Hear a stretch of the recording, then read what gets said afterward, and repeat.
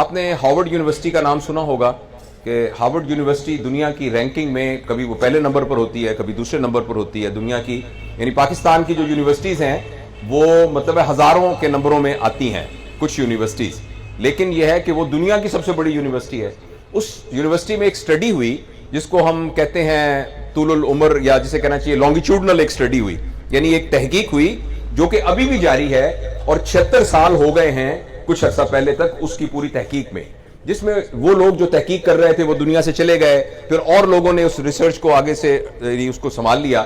اس میں صرف یہ دیکھا گیا کہ جو ہائی اچیور تھے، یعنی اس یونیورسٹی کے وہ لوگ تھے جو ٹاپ کرتے تھے، یعنی ہر سیشن کے 10 ٹاپ، وہ بہت بڑی یونیورسٹی ہے، ان سب کو انہوں نے آئندہ کی زندگی میں ٹریس کیا کہ زندگی میں آگے جا کے انہوں نے کیا کیا۔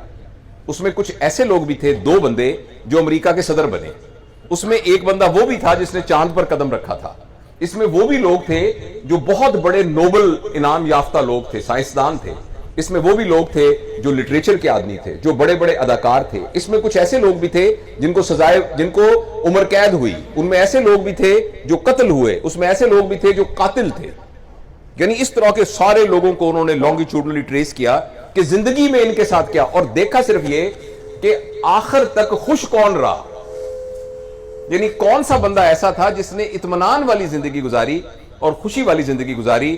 آپ حیران ہوں گے، اس میں بالکل یہ سٹڈی کا یہ نتیجہ نہیں نکلا کہ جو امریکہ کا صدر بنا وہ خوش رہا، اس میں یہ نتیجہ بالکل نہیں نکلا کہ جس کے پرائیویٹ جیٹ جہاز تھے وہ خوش رہا، اس کا یہ بالکل نتیجہ نہیں نکلا کہ جو بہت بڑا سائنسدان، بہت بڑا عالم تھا وہ خوش رہا۔ ایک بات کامن رہی، جن لوگوں نے اپنے رشتے نبھائے وہ خوش رہے، جو اپنے رشتوں کو بچا سکے، اور اس کا ایک کرائیٹیریا انہوں نے یہ دیکھا کہ ہر شخص سے کی رائے اس کے سپاؤس، یعنی اگر وہ خاتون تھی تو اس کے خامد، اور اگر خامد تھا تو اس کی بیوی کے بارے میں اس کی رائے پوچھی۔ جس بندے کی کہ سپاؤس کی رائے اس کے بارے میں بالکل ٹھیک تھی، اس میں 95% چانس یہ تھا کہ اس نے اپنی زندگی خوش گزاری ہے۔ ہم میں سے بہت سے لوگ ایسے ہوتے ہیں کہ جن کی بڑی رائے ہوتی ہے کہ یہ بہت بڑا کمیونیکیٹر ہے، یہ بہت بڑا دکاندار ہے، بہت بڑا یعنی بزنس مین ہے، بہت بڑا لائر ہے، بہت بڑا ڈاکٹر ہے، لیکن اس کی بیوی سے پوچھیں کہ یہ کیسا انسان ہے، اس کے بچوں سے پوچھیں کہ یہ کیسا انسان ہے، تو فوراً کلئی کھل جائے گی کہ کیا ہے۔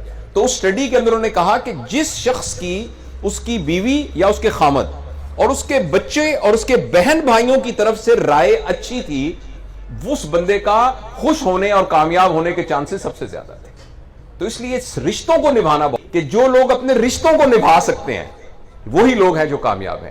اور دیکھیے معاشرے میں بھی جب تک رشتے نبھانے والے لوگ موجود ہوتے ہیں نا، رشتے نبھانے والے لوگ، اس وقت تک معاشرے کے اندر وہ گلو موجود ہوتی ہے، وہ گوند۔ دیکھیے میری عزت، جان مال مجھے بہت عزیز ہے، آپ کی عزت، آپ کی جان مال بھی مجھے تقریباً اتنی ہی عزیز ہو جتنی میری اپنی عزیز ہے۔ اس کے لیے میرے اور آپ کے درمیان میں ایک گوند، ایک گلو کا ہونا ضروری ہے۔ اس گلو اور گوند کا نام رشتہ ہے۔ اگر ہمارے رشتے آپس میں مضبوط ہوں گے تو میں آپ کی عزت جان مال کا محافظ ہوں گا اور آپ میری عزت جان مال کی محافظ ہوں گے۔ اس لیے معاشرے کے اندر، اور یہ کچھ تھا، میں آپ میں سے بہت سارے لوگ مجھ سے چھوٹے ہیں، کچھ میری عمر کے بھی ہوں گے، میں نے 1990 میں، آپ نے میٹرک کیا تھا، میں نے 1990 میں FCPS کیا تھا، یعنی اپنی فیلوشپ کی تھی، تو ظاہر ہے میں آپ سے 76 میں نے میٹرک کیا تھا، تو 86 اور 4 یعنی 14 سال تو بڑا ہوں میں آپ کی کلاس سے، تو اور باقی جو کچھ میری عمر کے بھی ہوں گے، کچھ شاید کچھ تھوڑا بہت بڑے بھی ہوں، تو میں نے ماحول اپنی آنکھوں سے دیکھا ہے۔ مجھے یاد ہے میں ایک دفعہ سڑک پار کر رہا تھا، ملتان میں ہم رہتے تھے، تو ہمارے ماسٹر جمیل صاحب تھے، تو وہاں سے گزرے تو ایک دم ایک رکشے کے نیچے میں آنے لگا، لیکن میں بچ گیا، تو ایک دم وہ سائیکل سے اتر کے میرے منہ پہ تھپڑ مارا، اور تھپڑ مار کے تمہیں شرم نہیں آتی؟ ماں پیو تو کلا پتر ہے، تو سڑک دے وچ کیویں بھجا پھردا ہے، ہن تیری لت ٹوٹ جاندی، پھر کی ہویا، پھر کی ہوندا؟ اچھا میں روتا گھر آیا، اور آ کے میرے ابو نے کیا ہوا، میں نے کہا جی ماسٹر چاچا جی جمیل نے مجھے تھپڑ مارا ہے۔ وہ کسی اور اسکول میں ماسٹر تھے، تو چاچا جی جمیل کہتے تھے کہ چاچا جی جمیل نے میرے تھپڑ مارے ہے، تو کیا ہوا، میں نے بتایا، تو ایک دم میرے والد صاحب نے آگے سے پتہ کیا کہا مجھے، جنرلی باپ کو کیا کہنا چاہیے کہ میرے بیٹے کو تھپڑ کیوں مارا ہے؟ انہوں نے کہا چنگا کیتا، انہوں نے بالکل چنگا کیتا، بالکل چنگا کیتا۔ تھوڑی دیر میں عصر کی نماز ہوئی تو ماسٹر جمیل دروازہ کھڑکڑایا، pain it was enough permission to enter into the home، کسی کے گھر میں داخل ہونے کے لیے یہ اجازت کافی تھی۔ پین اس کا مطلب ہے کہ جو خواتین ہیں وہ پردہ وردہ کر لے، اور پین کہہ کے وہ اندر آ جاتے تھے، تو آئے تو آ کے کہنے لگے یار اپنا اقبال صاحب وہ میں منڈے دے نال غلطی کر بیٹھا ہے, میں بڑا افسوس ہویا. انہوں نے کہا نہیں چنگا کیتا تسی, چنگا کیتا. تو یہ یہاں دو مارنیاں سی, آپ صحیح کہہ رہے ہیں. تو میں عرض کرنا چاہتا ہوں یہ محبتیں یہاں موجود تھی, یہ اونرشپ موجود تھی, یہ ہم لوگوں کا تعلق اس معاشرے میں موجود تھا.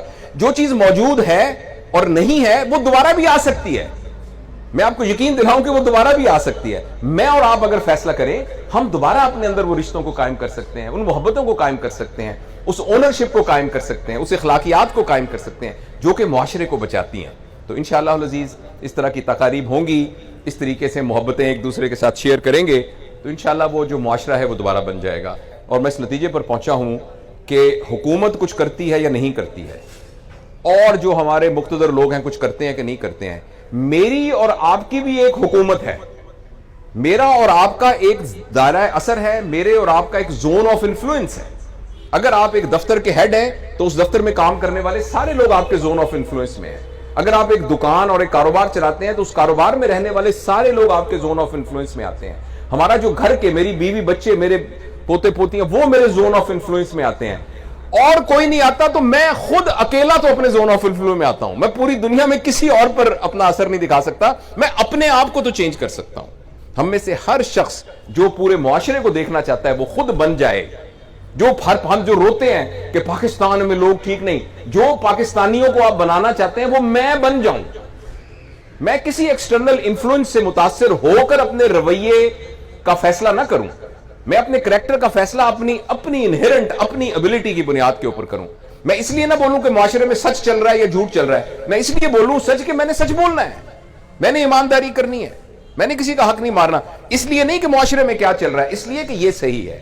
تو انشاءاللہ العزیز مجھے تو اللہ کی ذات سے, لوگ کہتے ہیں بڑی مایوسی ہو گئی, معاشرہ بڑا خراب ہو گیا, مجھے تو اللہ کی ذات سے بہت امید ہے کہ انشاءاللہ العزیز میں اور آپ اگر فیصلہ کر لیں گے کہ ہم نے اس دنیا میں جانے سے پہلے اس طرح کا انسان بن کے جانا ہے جو اللہ تعالی ہم سے توقع رکھتے ہیں, اور اس طرح کا انسان بننے جاتا ہوں جس طرح کا انسان بنانے کے لیے نبی کریم صلی اللہ علیہ وسلم اس دنیا میں تشریف لے کے آئے تھے.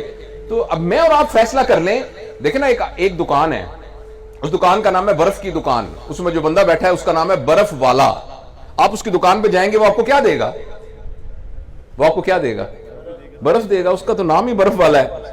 تو اللہ کا نام ہے ہادی, ہدایت دینے والا. یہ کیسے ہو سکتا ہے کہ میں اور آپ فیصلہ کریں کہ ہم نے ہدایت حاصل کرنی, اللہ کہے میں آپ کو ہدایت نہیں دیتا. رکاوٹ اللہ کی طرف سے نہیں ہے, رکاوٹ ہمارے اپنی طرف سے ہے. ہم نے مانگا نہیں ہے ابھی تک. اپنے آپ کو تبدیل کرنا, اپنے آپ کو بدلنا, اپنے آپ کو صحیح راستے پہ لے کے آنا, ایک تربیت یافتہ انسان بنانے کی کوشش کرنا, ہم نے ابھی صحیح طریقے سے پہلا قدم نہیں اٹھایا. تو انشاءاللہ ہم اٹھائیں گے. تو اللہ تعالیٰ تو ہادی ہے, ہدایت دینے والا ہے. تو بہت بہت شکریہ, آپ نے میری بات کو محبت سے سنا, بہت پیار سے سنا.